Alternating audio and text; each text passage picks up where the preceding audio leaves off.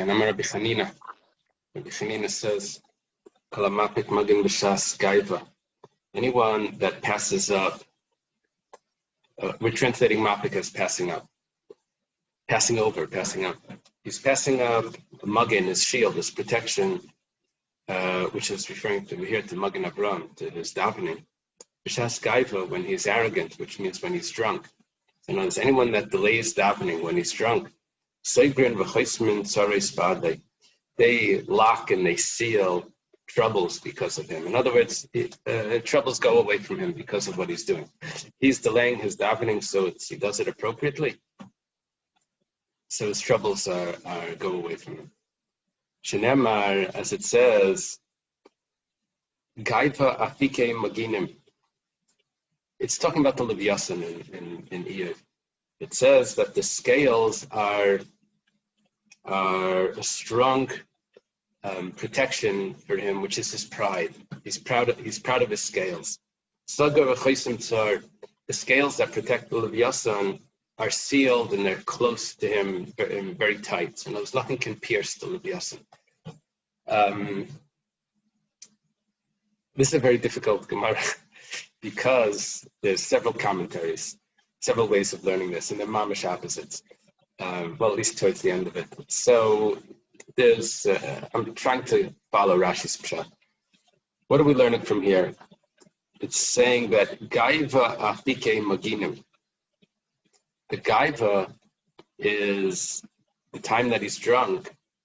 Because of that, he's passing up afike. He's passing up the maginim is his protection.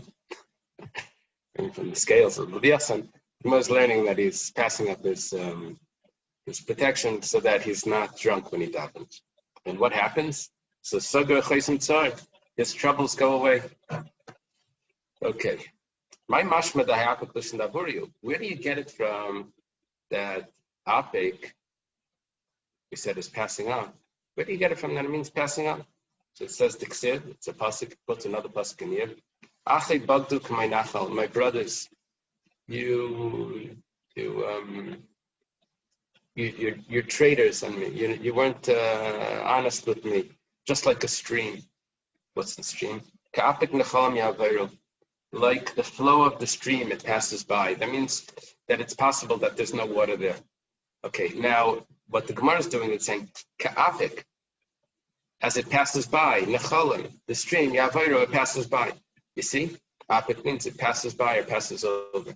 So he's passing over his davening. Where do you get that apik means passing over?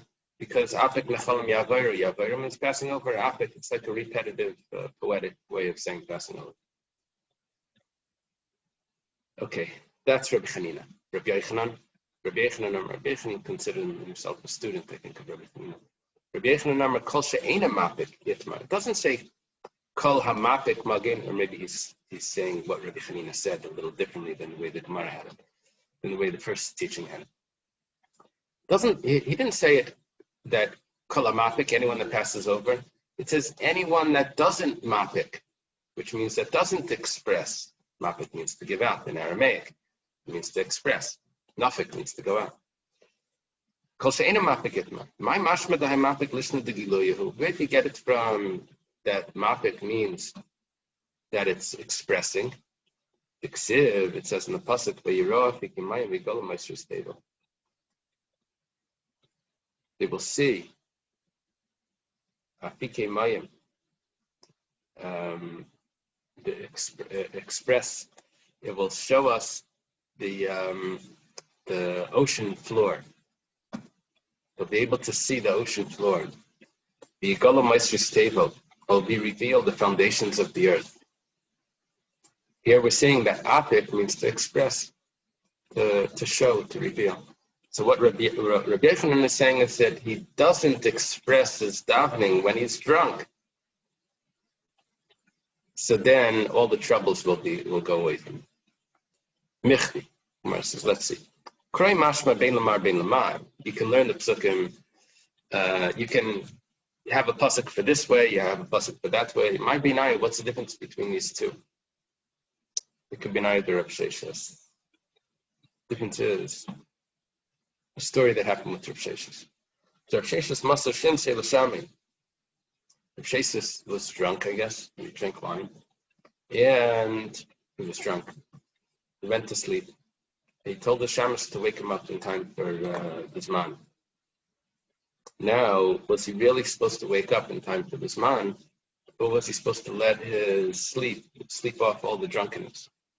So it depends how you view the two expressions before. Now, this could go both ways, but the way Rashi does it is like this. Mar Islay the Rav Sheshes. Rav Yochanan holds of Rav Sheshes. That's how Rashi does it.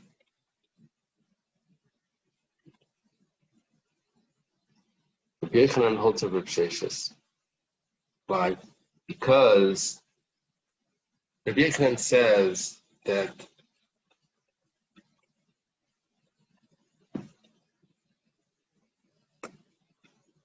he was not mapik. He did not express. So he didn't express. He waited. He didn't express. He was Yoitze, did not express it. Why? He went to sleep. So he fulfilled that not expressing. Mar, however, Reb Chanina, Leslie the Reb Sheshes, he doesn't hold the Reb Sheshes. Why? Because what Reb Sheshes did was, the fact was, he still davened while the wine was still there. He woke up a little before because the Shamash woke him up. So he didn't pass over all of his drunkenness. That's the way of learning. It could go the other way also, but this is how Rashi does it. Okay. Amar Rav Chia Barashi Amar Rav. Chia Barashi says, name Rav Chia Barashi is a student of Rav. Kol she'ein daita yesheves. Anyone that doesn't have a settled mind, al yisbal yishun daven shnemar, as it says, batzar al yaira. If he's troubled, he shouldn't paskin. Al yaira. Here it's talking about davening. Rashi says very interesting. He says that he looked through the whole Tanakh. He didn't find this pasuk. However, it happens to be that it's in Ben Sira. I looked in Ben Sira. I didn't find it in Ben Sira. I didn't search well enough. I saw in the Steinsaltz it says 7:10. So I looked up Perek Zion pasuk. I didn't see it there. So I don't know. I looked up 10:7 also, but sometimes they mix those up. So whatever the case is, Taisvus over here mentions that many times we find other psukim they're quoted as psukim, and it's really from Ben Sira. Ben Sira is from the Apocrypha, the books that weren't put into the Tanakh. Oh, we said that there are two different Ben Siras, right? There's like wisdom of Ben Sira, other Ben Sira. Yeah, maybe. Yeah. Those that are into this, I think the Chiddush of one of the Chiddushim, the Cairo Geniza was, I think they found the original Ben Sira, the Hebrew version of Ben Sira. I think that was one of the big deals. Okay. Rabbi Chanina, B'yom Derotach L'Matzli. Rabbi Chanina, on the day that he got angry, he didn't daven. Amar Batzar al Yera. It says that, I don't know what the word Yera is coming from. Yera usually means to show. Kira. Here it's being translated as davening. Let's have it translated here.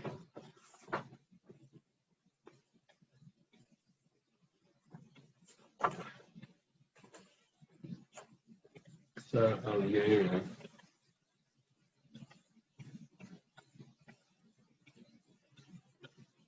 That issued decisions.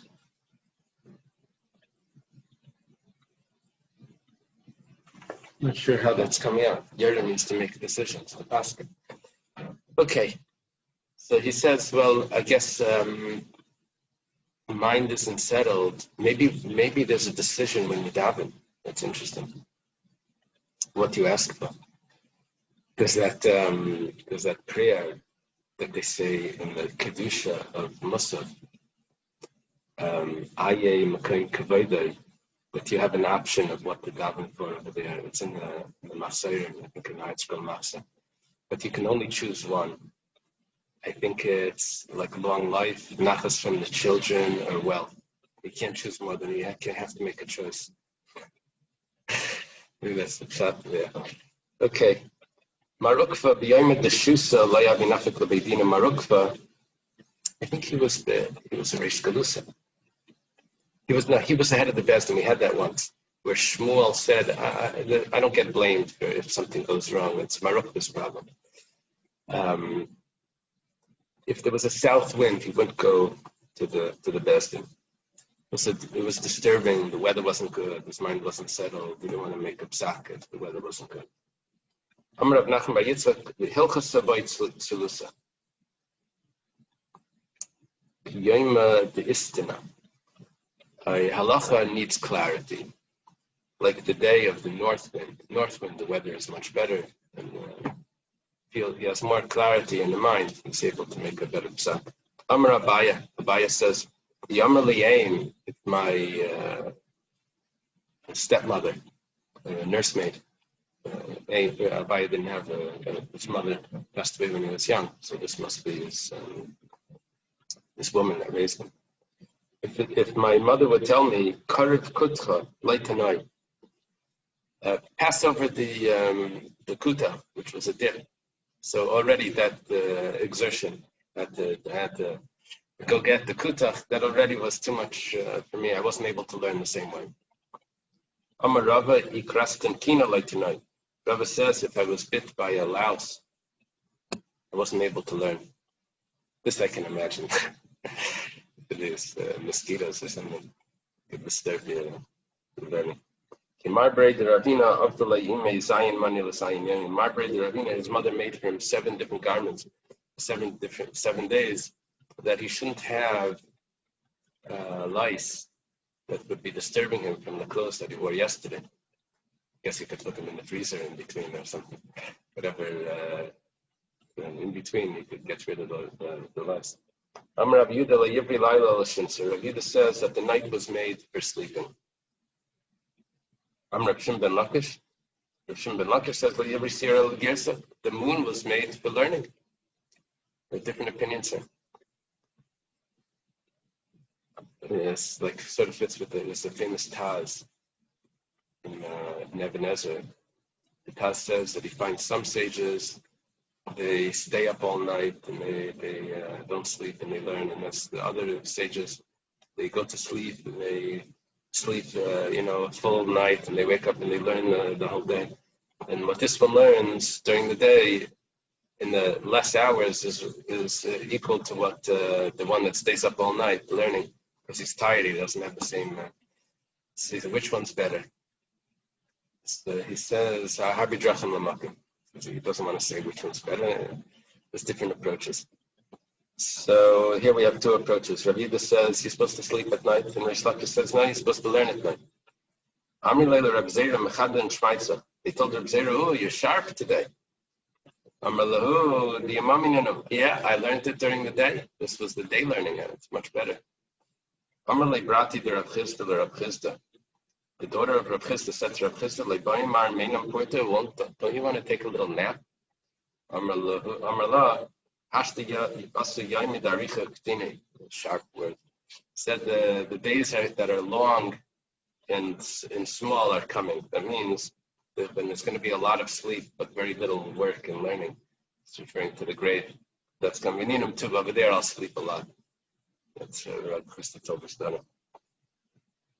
Yeah, my Sheva Brachas from Meshachar spoke, and he said that if your wife tells you to eat, then you're not supposed to listen. You don't have to eat everything she gives you. By whose Sheva Brachas? This is by mine. You remember what they said by your Sheva Brachas? It's only 20 years ago. It's so.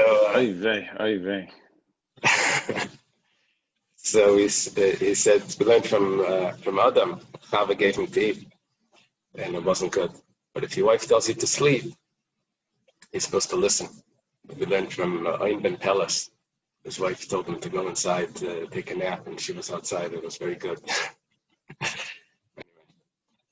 So Rav Chisda's daughter tells him to take a nap. He said, no. He didn't. I guess he didn't have that speech at the short bro. Wasn't his wife, it was his daughter. His daughter was the wife of Rava and Rami Bar Chama. And his other daughter was the wife of Marukha Bar Chama, I think. Rav Nachman Bar Yitzchak. Rav Nachman Bar Yitzchak says, Anan Pali the Imam Anan. We're day workers. This is a famous line. It's quoted in Chassidus. Ravacha Bar Yaakov, Yosef Ravacha Bar Yaakov, he would borrow and then pay back. That means if he was supposed to learn a certain amount of daf, let's say every day, so if he needed to do something that day that took up his time, so he would catch it up at night. It's very common with the three Prakim Rambam. So it works. Everyone's always catching up. Amar Rebbe Lazar, Habar min haderech al yispal shleisha yamim. If someone is traveling and he stops to his place, he still should wait 3 days before he starts stopping. Shnemar says, Vakabtim el anar haba el achba echba v'nechne sham yamim shleisha v'avina ba'am. Gathered by the river that runs to Achba, and they camped there 3 days. And he understood. He was able to focus on the people. He was able to understand what was going on. He had to rest 3 days before he was able to reach that understanding. Shmuel's father, when he came from a trip, he didn't daven for 3 days. It's a famous story of Shmuel traveled. There's a question. Shmuel, I think that I don't remember. I think it says that he was away for 12 months, and Shmuel, he traveled back in the middle of the night because Shmuel was born after 12 months that he was on a trip. So the Gemara says that he's traveled back in the middle of the night. That's how his wife was pregnant. Anyway, just associating the traveling with the Shmuel, he traveled. So he would wait 3 days. Shmuel wouldn't daven in a house that had beer. Maybe that was making beer because of the smell of the beer. Rav Papa wouldn't daven in a house that had fish, harsna, small fish, sardines. Yeah, I knew someone that was serious in meditation.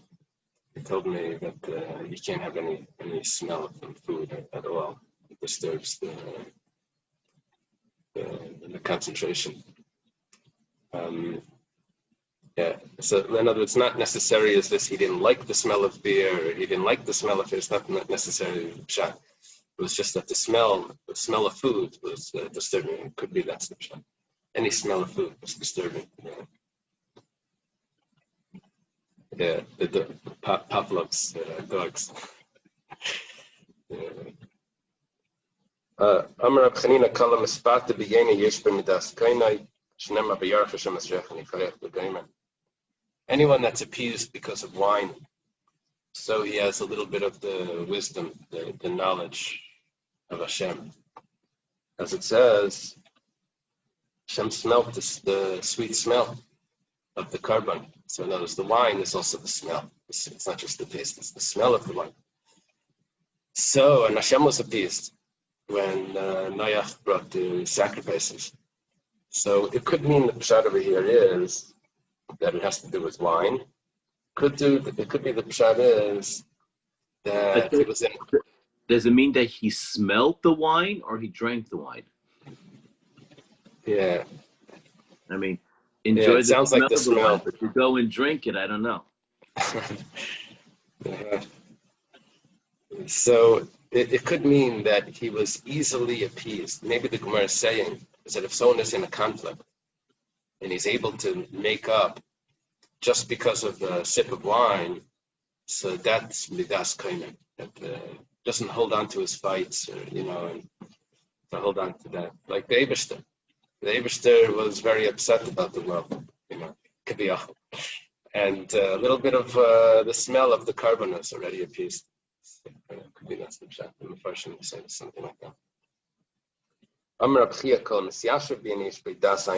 Anyone that's his mind is settled even after he drank wine, he has the knowledge of the 70 elders. Why? Yayin it in Bayanaisia is, so it means the gematria of Yayin is 70.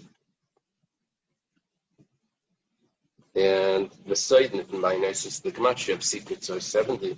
Nichnas Yayin Yatzasai. He drinks wine, the secret comes out. Now this person drank wine and the secrets didn't come out. That means that he still has the das of the Ayin Zakanim. It didn't leave him. He didn't drink enough wine. Yeah. And it doesn't say. It's probably a revius. Yeah. What's the secret? So it says the secret of a Jew is Avos Yisrael. That's the secret that comes out. What's the secret by a non-Jew? It says by Yesav al Char v'Kotifya, become aggressive. So the Amr Chanin says, "Le'never yayin al nachem avelim al shalom schaler rishoyin." That's a tough one. Wine was given to console the mourner. There's a Gemara, I forget where it is, that they wanted to give more than 10 cups of wine to someone who was mourning. That he should soothe the sorrow, and also to give reward to the Rishon in this world, because the wine is so good. It's like a reward. It's like he's getting his Gan Eden in this world. Give hard drink to an Oived means someone that has a loss, but it also is Oived, Rashi tells us, it means a Rasha, someone that's lost. Amar Chanan Bar Papa. Chanan Bar Papa says, Kol she'en yayin nishbach b'tich basic kamayim eina b'chlal bracha shenemar berach Hashem v'eslachma berach eslachma v'esnimecha. Hashem will bless your bread and your water. Now, if wine is spilling in your house like water, that means that not that you're wasting the wine, but that you pour it like you would pour water, and if it does spill, it doesn't upset you. So then you have the bracha of that Hashem will bless your bread and your water. So what does that? But 1 second, it says water. It doesn't say wine. So ma lechem shnika b'kesef meiser. Well, we're going to do a comparison. The bread you can buy with meiser money. Meiser sheni you have to take to Yerushalayim, and over there you buy food. What type of food? You can buy things that grow from the ground. So you can buy bread. Afmayim shnika b'kesef meiser. Also, the water has to be water that's bought with kesef meiser, but water isn't bought with kesef meiser. Remind me, which water could it be? Must be yayin. The currently mayim, but it's still cold water. Why is the wine called water? It's coming to tell you that it should be poured. If it pours like water, then it means you have the bracha. That was by one of the simchas, maybe fishermen. He was pouring wine. He quoted this Gemara. Maybe saying, "We pour it like water." Okay. Amar Rabbi Lai. There's 3 ways. There's a famous Gemara. There's 3 ways a person that could be recognized. B'kaisei, b'kisei, b'kaisei. Armalaf b'safli. Person could be a man could be known. You can understand him if he's a good person or not by his kais, by his drink. That means if he holds Rashi, according to Rashi, he holds his wine, doesn't get wild or whatever. His mind is settled when he drinks. The kisai, Rashi says that it means that he's honest with people with his money. The kaisei is when he gets angry, he doesn't get angry, doesn't lose his temper. The Aruch learns the kisei means that you when he becomes wealthy, then you really know what type of character he has. If he makes a lot of money, then you see what happens. Oh, if I would have a lot of money, I would do a big belt selector. Okay, let's see. So that's when you can judge. And some say after Pesach guy also with his type of jokes, or with his laughter. That you can tell what type of person he is. Amrav Yehuda, Amarav. Yehuda says the name of Rav. Okay. That's I got it, and now it's back to work. This Gemara, it takes a lot of introductions. There's like interdisciplinary studies.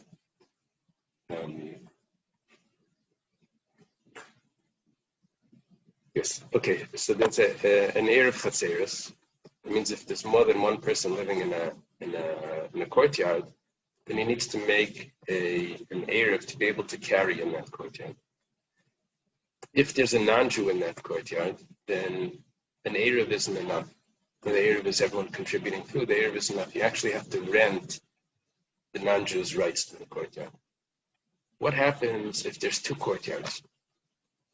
And if they each have their own exit into the Rosh Hashanah, so that's separate courtyards. If they want to make an Erev together, they can if there's the doorway, but they don't have to. But they can, and then they can carry in each other's courtyard. But let's say there's two courtyards, and one courtyard doesn't have an exit to the Rosh Hashanah on its own. This happens in houses when they make an extension. They add another bedroom, but they didn't have a hallway there. So you have to walk through one bedroom to get to the other bedroom. So let's say there's a courtyard. It doesn't have an exit. You have to walk through the front courtyard. That's called the Chitzaina, to get to the Rosh Hashanah. So it's machlekes between Rabbi Akiva and the Rabbanan. If in these two courtyards, if there's always going to be an issue. According to Rabbi Akiva, there's always an issue unless they both make an Erev together. But Rabbi Akiva's opinion is that because the inner courtyard, the Pnimius, has to walk through the outer one, so even if the outer one has an Erev, and even if the inner one has an Erev, but if they didn't make an Erev together, the Drisa, that right to walk through, to get out, makes them as if it's a combined rishus in the front, in the chitzaina, in the outer courtyard, and the outer courtyard can't carry unless they can't carry into them because there's other people that are being oiser on them, that are making that area forbidden because they weren't included in the Erev and they should have been included in there because they walked there. The Chachamim don't hold that. The Chachamim hold is going to be at the end of this. I am something. The Chachamim hold. We had it once before. The Chachamim hold that it depends. If the inner courtyard didn't make any Erev, and they can't even carry in their own courtyard, but the outer courtyard did, or if the inner courtyard can't make an Erev because there's a non-Jew there, so they can't make an Erev, so then that's Raglei ha'Isrim, Raglei ha'Asurim, the feet, which means the walking rights of those that are Asur will Asur the outer courtyard as well. However, if the inner courtyard did make an Erev and they are able to walk and they are able to carry in their own area, they don't Asur the outer courtyard. So the Chachamim are more lenient than Rabbi Akiva, and they say that not necessarily is the outer courtyard Asur if they didn't make an Erev together with the inner courtyard. Okay. One more piece of information. When there's a non-Jew together with the Jew in the courtyard, we had a machlekes between Tanakama, which is Reb Meir, and Reb Elazar ben Yaakov. If the non-Jew automatically makes it asur on the Jew, according to Reb Meir, yes. According to Reb Elazar ben Yaakov, it took two Jews to live in that courtyard for it to be asur. Why? We said really the non-Jew is not considered a dira. His dwelling place, his residence isn't really a residence. The only thing is we don't want the Jew to learn from the non-Jew, so we try to make it uncomfortable for a Jew to move into that area, to that place. But what would be a practical scenario where the Jew would move in would only be if there's more than one Jew that's moving in, otherwise it would be dangerous. So if there's one Jew and one non-Jew, they never made a gezerah that you need an Erev there and that the guy asks on the Jew. But Okay, Frankenstein's picture. But if there's Rabbi Elazar ben Yaakov says, but if there's two Jews, then that would be something that would be common for the Jew to move in. So therefore, they did make a gzeira there. Okay, now let's take a look at what's going on here. Rabbi Yehuda says in the name of Rav. Rabbi Yehuda was a student of Rav originally. Then he went to Shmuel. Yisrael v'nachri b'pnimis. We have the two courtyards, right? The inner one and the outer one. There's no exit to the inner one, to the pnimis, without walking through the outer one. In the inner one are two people living in. There's a Yisrael v'nachri. Yisrael b'chitzayna, and there's one person in the outer one. Yisrael. What's the din? What's the din? We have to think about this. In the inner one, there's only one Jew and one non-Jew. According to Reb Meir, that's an issue. According to Reb Elazar ben Yaakov, there's no issue. What about walking out through the outer one? Well, if there is an issue there, then according to the Rabbanan, there's going to be an issue walking through the outer one. If there's no issue in the inner one, then there's going to be no issue in the outer one except according to Rabbi Akiva, who said the drisa always asks in the outer one. So there's a lot going on in this little case. So, but my Lifnei Rabbi Vasa. The story came to Rabbi Danasi said it's awesome. Lifnei Rabbi Chia Vasa came to Rabbi Chia, Rabbi's student. He also says it's awesome. Yosef Rabba v'Rabbi Yosef v'Shili Perka v'Rabbi Sheshes v'Yosef Rabbi Sheshes v'Kamar. Kaman Amra Rav l'Shmarti. Rav is saying this over. So Rabba and Rabbi Yosef are sitting in front of Rabbi Sheshes. Rabbi Sheshes was giving a shiur. At the end of the shiur, he said, who did Rav say this? In whose opinion was this said? He said, Rebbe says it's us. Rabbi Chia says it's us. Who was he following? Rabbi Sheshes was a student of Rav Huna, or student of Rabbi Yehuda maybe. He was a student of Rav. He was the one that said, Kadayim v'shachab Rav. Okay. He says, Reb Meir. He must have been passing like Reb Meir. The Reb Meir holds that one Jew, together with a non-Jew, requires some fixing over there. It doesn't work. He needs an Eruv, but he can't make an Eruv, so he has to rent the property. He has to rent his rights. And that's why it's also for him to walk out. In Karchish, Rabba Reishe. Rabba nodded his head in agreement. Like, yes, correct. Amar Rabbi Yosef. Rabbi Yosef was sitting over there. Trey Gavri Rabri Karabanan Luta by Milsa. Two great people are going to make a mistake over here. He's surprised at what they just said. Ika Reb Meir. If it goes like Reb Meir, Lama li Yisrael b'chitzayna. Why do you need to have a Jew in the outer one? What's the case? There's a problem in the. What are you telling me about the outer one? What does the outer one have to do with any? You would just want to tell me halacha like Reb Meir? It's a Jew and a non-Jew. That's the whole story.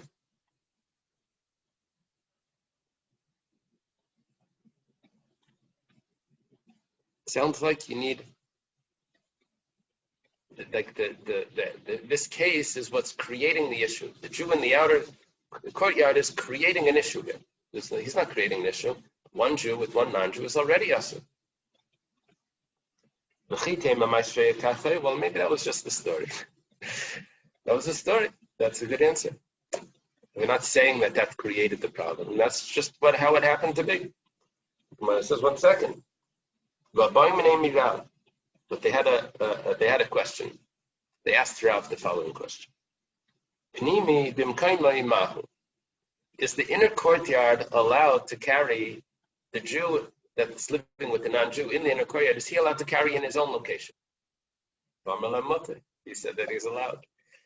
It's a big problem. It can't be Reb Meir. Reb Meir would hold that it's usher in the inner courtyard. One Jew with one non-Jew according to Reb Meir is usher. It has to be that he's following Rabbi Elazar ben Yaakov, and it takes two Jews together with the non-Jew to make it usher. Problem with that is, Rabbi Elazar ben Yaakov, you need to have two Jews. You don't have two Jews. So why is it usher? And the outer one. Why is it us in the outer one? There's only one Jew in the outer one. It's a separate courtyard. Elak Rabbi Akiva. Maybe we can follow Rabbi Akiva. He's allowed to carry in his own area. We're following Rabbi Binyan. But he didn't make an Eruv with the outer courtyard. And Rabbi Akiva holds that the Makam Drisa itself makes it awesome. That's going to fit, right? Only the outer courtyard is awesome. The inner courtyard, the Jew can carry. Why? Because there's only one Jew with one non-Jew, and we hold that it takes two Jews with one non-Jew to be awesome. Why is the outer courtyard awesome?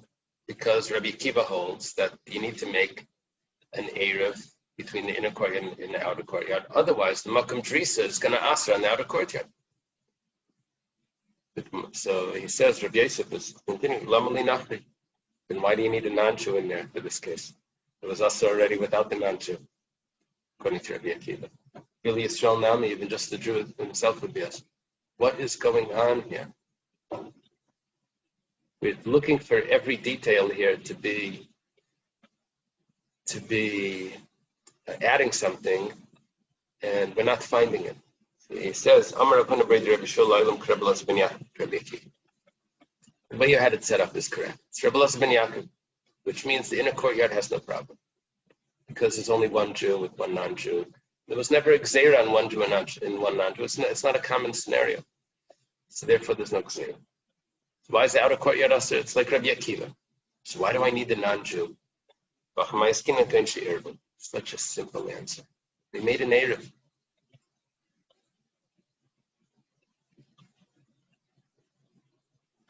The inner courtyard is mutter for him to carry in. The outer courtyard should be mutter for them to carry in. But there's a non-Jew in the inner courtyard, and the Eruv doesn't work.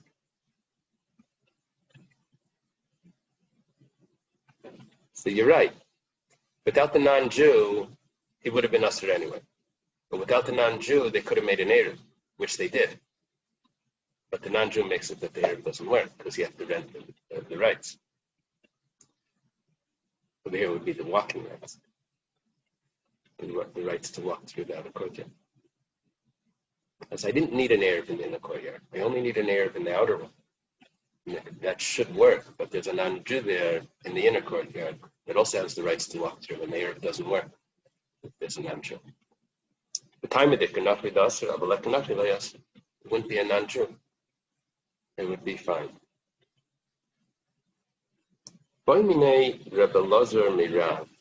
Usually Rabbi Elazar is together with Rabbi Yochanan.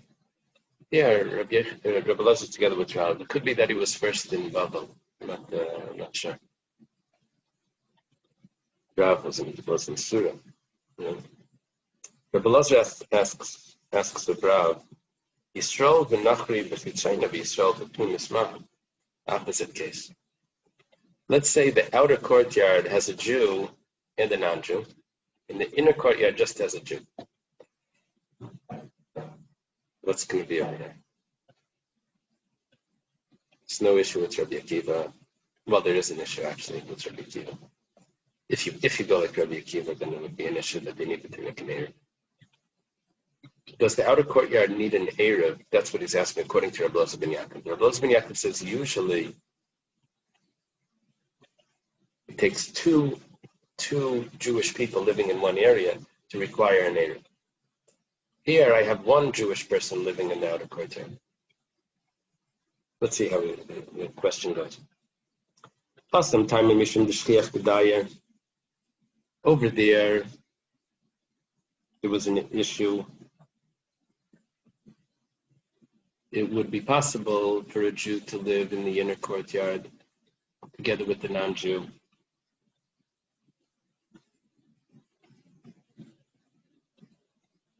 The Mirtas Nachri.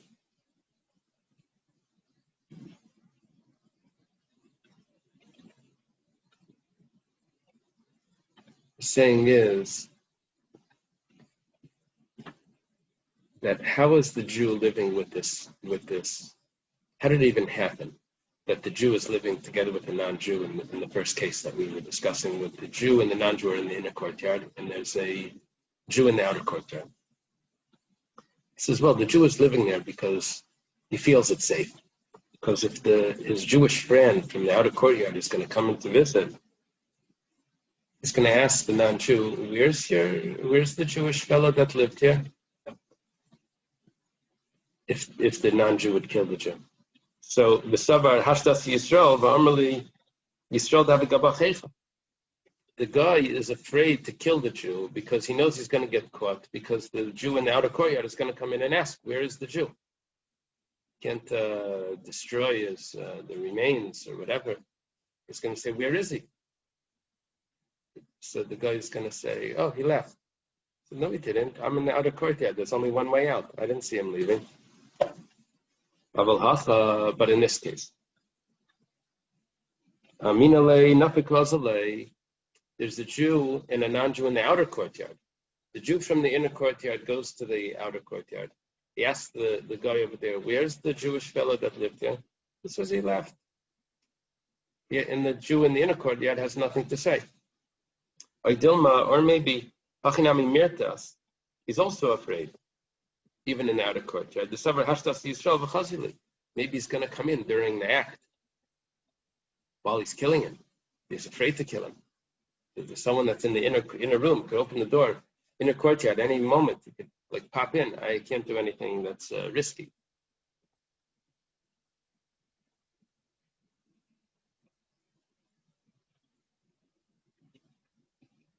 What he's asking is, in the first case, I really have two Jews living in the outer courtyard. So that's why there's a problem there.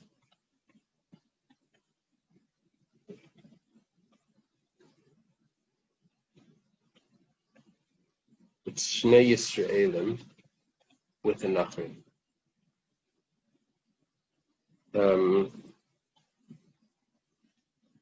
The only issue here is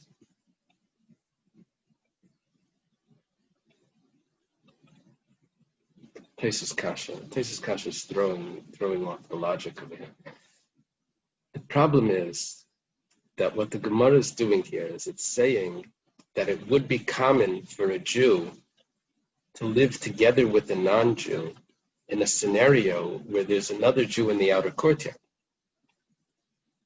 The whole reason why Rebbe Elazar ben Yaakov said that one Jew with a non-Jew is not a problem is because it's not Shechia. It would never happen. He would never do that. It's too dangerous. But the Gemara is setting up an example where it is common, because you have a security camera, because you have a protection from the Jew in the outer courtyard, and now it's going to be common.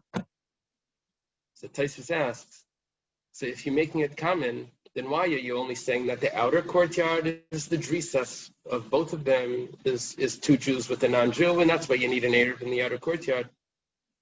But you made it common in the inner courtyard. And once it's common, then even Rebbe Elazar ben Yaakov would hold. The only reason why you said it, that you don't make a gzeir, is because it's not common. But you've just made a scenario where it is common. So you should really need an Eruv in the that's Taisus Kash. Taisus on the top. Taisus says, like plug, since in most cases, one Jew with one non-Jew is not a common way of for that to happen, for them to live like that. So they don't make a gzeira even in a case where it could happen, where it could be safe. They didn't make a gzeira. However, in the outer courtyard, there's two Jews. So that's why two Jews, it's really one Jew living and one Jew walking together with another non-Jew. So that's where we have the issue when we require an Eruv and we require renting the rishus. Question is now, what about this case? Should this case be usher? You have a Jew and a non-Jew in the outer courtyard. Maybe because it's not common for a Jew to live together with a non-Jew together in one courtyard, even though there is another Jew that's walking through, maybe there should be no requirement of an Eruv.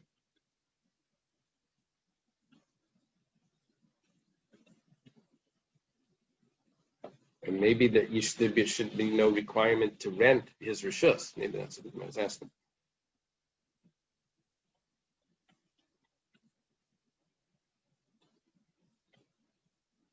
He says,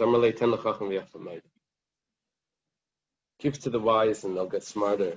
It says, just like over there it was Asr because there's two Jews and a non-Jew, over here also there's two Jews and a non-Jew, and it's Asr according to Rabbi Yosef ben Yaakov. It doesn't explain. The logic was that it would never happen because it wouldn't be safe for the Jew to be with the non-Jew. Maybe Rabbi Yosef ben Yaakov would agree that it wouldn't be common. He says, no, it's still Asr. Okay, Rish Lakish, the Talmidei Rabbi Chanina, Klala Upunda. Rish Lakish and the other students of Rabbi Chanina, they came to an inn. Well, it was owned by a non-Jew, but it was rented.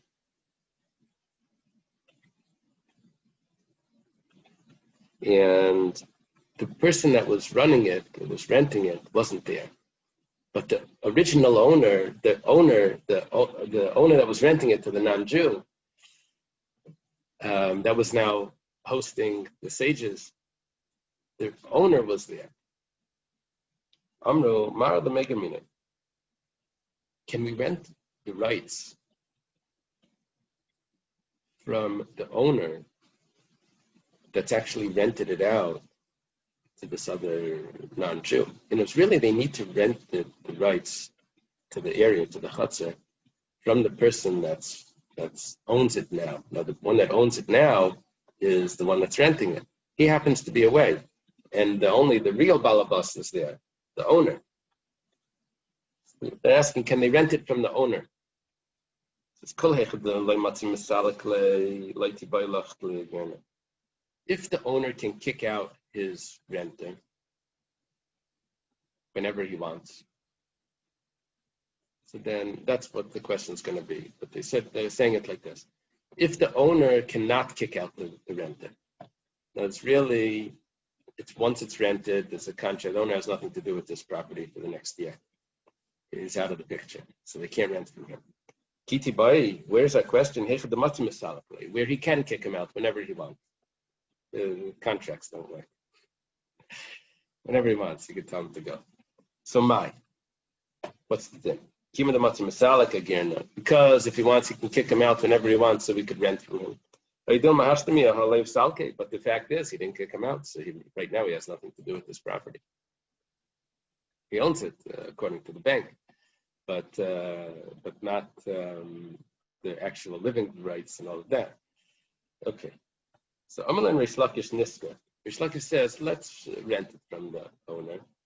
When we come to the rabbis of the south, we'll ask them.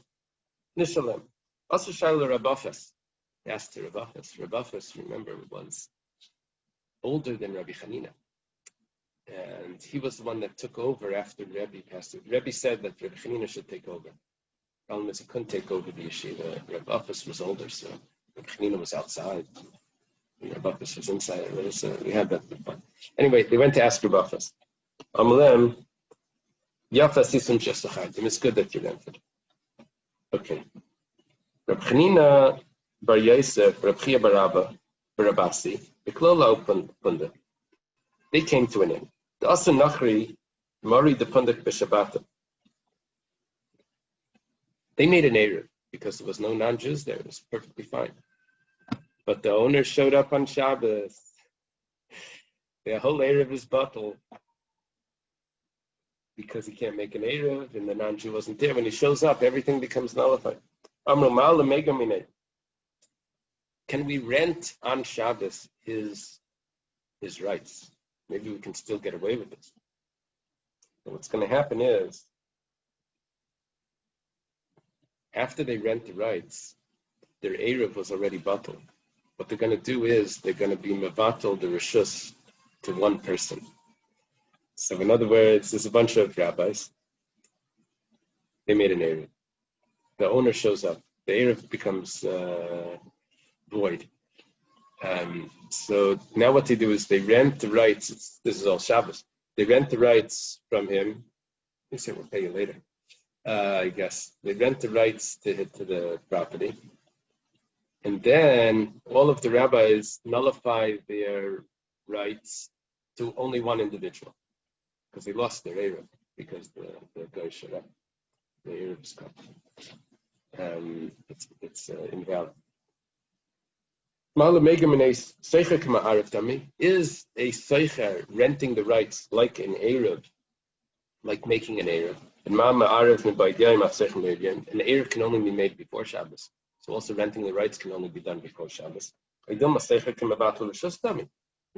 renting is like being mevatel the rishus, which could be done on Shabbos.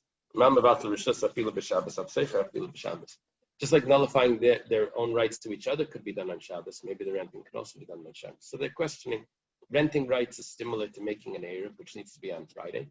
Or renting rights is similar to being mevatel rishus, which could also be done on Shabbos. That's the question. Rabbi Chanina bar Yosef Amaniska. Rabasi Amaleniska. Rabbi Chanina bar Yosef says it's not a problem. Rabasi says it is a problem. Amalei Rabbi Chia bar Abba. Chia bar Abba says, he was the third one over here. Nismech al divrei zakin b'niska. Let's rely on Rabbi Chanina bar Yosef. Okay, and we'll rent it, and we'll carry it. Also, Shaila Rabbi Yochanan, and they came to ask Rabbi Yochanan. Amalahan, he said to them, Yapa sisim shesachartem. It's good that you rented. Okay, Tobu nardoi. Nardoi is astonished. To means to smell. We had earlier smelling the wine. Miyam Rabbi Yochanan hachi. Did Rabbi Yochanan really say this? That they were allowed to rent it? Rabbi Yochanan says renting is like making an Eruv. It has to be done before Shabbos. My love, renting the property from the guy, renting the rights to the property, his rights, has to be done before Shabbos. Because Rabbi Yochanan Seicher Kamar. Umar says, no, that's not what Rabbi Yochanan meant. Just like making an Eruv could be less than a Shavah Pruta, what everyone contributes, it just needs to be some food. Also renting doesn't need to be a Shavah Pruta. Just like when you make an Eruv, it doesn't need to be the owner himself, it could be the worker. Also, the renting, if you could rent it, if the worker is a non-Jew, you could rent it from the non-Jew. The worker of the non-Jew is also a non-Jew. You could rent it from the worker. It doesn't have to be from the original non-Jew. Just like you have 5 people in one courtyard. And they want to join with another courtyard. So they send it with one person, the Eruv, to put it in the other courtyard. And he's a shliach for all of them. Seichanami, also when it comes to renting, one person can rent for everyone. Doesn't have to. Each person doesn't need to rent. Okay, so that was what we were saying over here when Rabbi Yochanan says that seicher is k'ma'arev. It doesn't mean that it needs to be done from Friday. It has another bunch of meanings, but it doesn't mean that it needs to be done on Friday. I'm just going to leave it there. Okay.